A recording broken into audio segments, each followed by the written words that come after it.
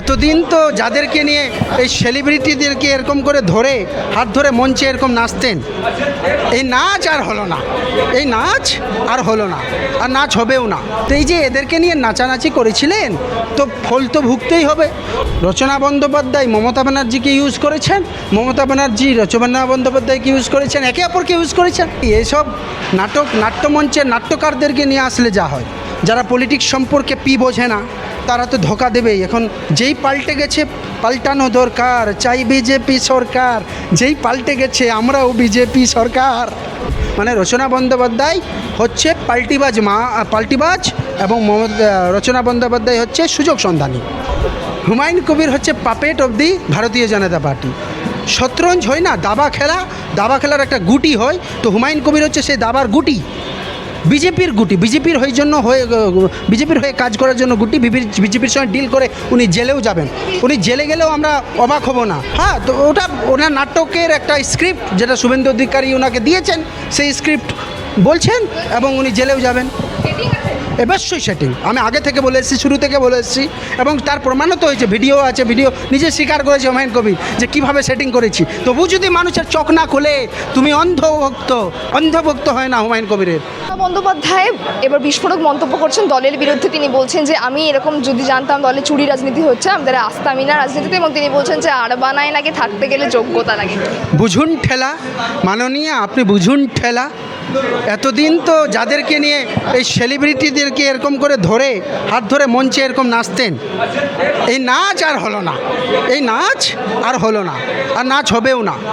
কারণ আজকে মমতা ব্যানার্জি প্রাক্তন মুখ্যমন্ত্রী মমতা ব্যানার্জি হারে টের পাচ্ছেন, হারে টের পাচ্ছেন। আপনকে পরকে একটা সিনেমা ছিল না, হ্যাঁ, আপনকে পরকে, এইসব সিনেমা আমরা বাংলার ছায়াছবি দেখেছি।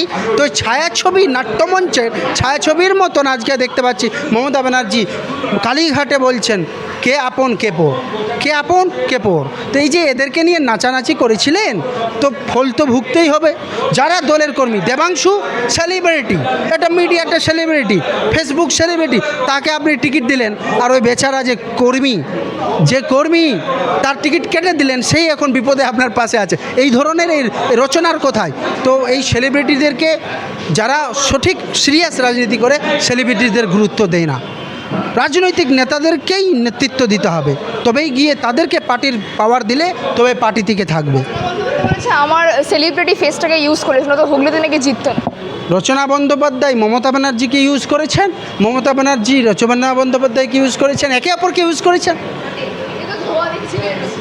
হ্যাঁ, তো ওই তো বলি, এইসব নাট্যমঞ্চের নাট্যকারদেরকে নিয়ে আসলে যা হয়, যারা পলিটিক্স সম্পর্কে বোঝে না, তারা তো ধোকা দেবেই। এখন যেই পাল্টে গেছে, পাল্টানো দরকার, চাই বিজেপি সরকার, যেই পাল্টে গেছে আমরাও বিজেপি সরকার।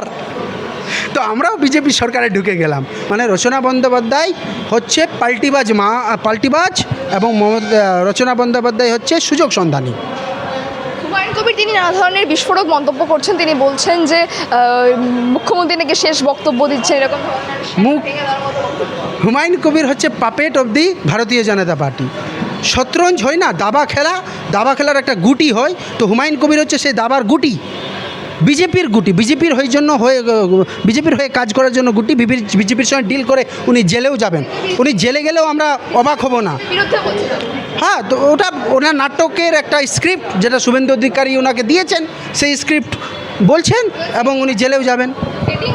অবশ্যই সেটিং, আমি আগে থেকে বলে এসেছি, শুরু থেকে বলে এসেছি, এবং তার প্রমাণও তো হয়েছে, ভিডিও আছে, ভিডিও নিজে স্বীকার করেছে হুমায়ুন কবির যে কীভাবে সেটিং করেছি। তবু যদি মানুষের চোখ না খোলে, তুমি অন্ধভক্ত হয় না হুমায়ুন কবিরের, অন্ধভক্ত হয় না, নিজের পায়ে নিজে কুড়ুল মেরো না। তো নিয়ে এবার তৃণমূল কংগ্রেসের আদি এবং অত ভালো এবং খারাপ তৃণমূল নিয়ে মারামারি করছেন। কুণাল ঘোষ একটা দল হয়ে গেছে, ঋতুব্রত দল হয়ে গেছে, সেই জায়গায় দাঁড়িয়ে কংগ্রেসেরই এটা আন্দোলন, যেটা মমতা ব্যানার্জি চুরি করেছিলেন, হাইজ্যাক করেছিলেন, সব কিছু তো কংগ্রেসের চুরি করেছে আর প্রাক্তন মুখ্যমন্ত্রী মমতা ব্যানার্জি। তো এই আন্দোলনটাকে আবার কংগ্রেস বড় করে আমাদের মাননীয় সভাপতি, প্রদেশ সভাপতি শুভঙ্কর সরকার দাদা উনি ঘোষণা দিয়েছেন 21শে জুলাই বড় করে যুব কংগ্রেসের নেতৃত্বে পালন হবে, আর আমরা এটা পালন করব। লড়াই চলবে, লড়াই লড়াই লড়াই চাই, লড়াই করে বাঁচতে চাই। পথে এবার নামো সাথী, পথেই হবে, হচ্ছে না। এই সরকারকে সরা গেলে পথে নামতে হবে। আজকে দেখলাম কেসি বেণুগোপাল এলাম, তিনি কি বার্তা দিলেন তার কথা?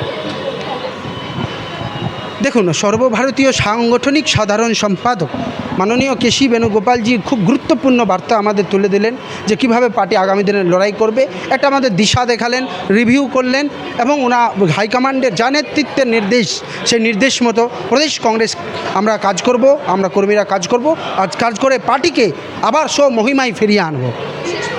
গুন্ডা দমন বিল আনছে, পাশ হয়ে এগুলো গুন্ডা দমন বিল, গুন্ডা দমনের জন্যই জনতা দমন বিল। এটা হচ্ছে জনতাদেরকে দমন করার জন্য, এই বিলটা হচ্ছে বিরোধীদেরকে দমন করার জন্য, এই বিলটা হচ্ছে ইনোসেন্স পার্সনদেরকে পুলিশের হাতে বেশি ক্ষমতা করিয়ে দেওয়ার জন্য। এর একটা ইতিহাস আছে, কোনো সময় হলে 10 মিনিট বলতে হবে এর পুরো গুন্ডা দমনের ইতিহাসটা, আর কি করে কি হয় সেটা আমরা আগামী দিনে আবার বলবো। কিন্তু এই গুন্ডা দমন বিল একটা জিনিস রাখুন, এটা পলিটিক্যাল টুল হিসাবে এরা ইউজ করবে।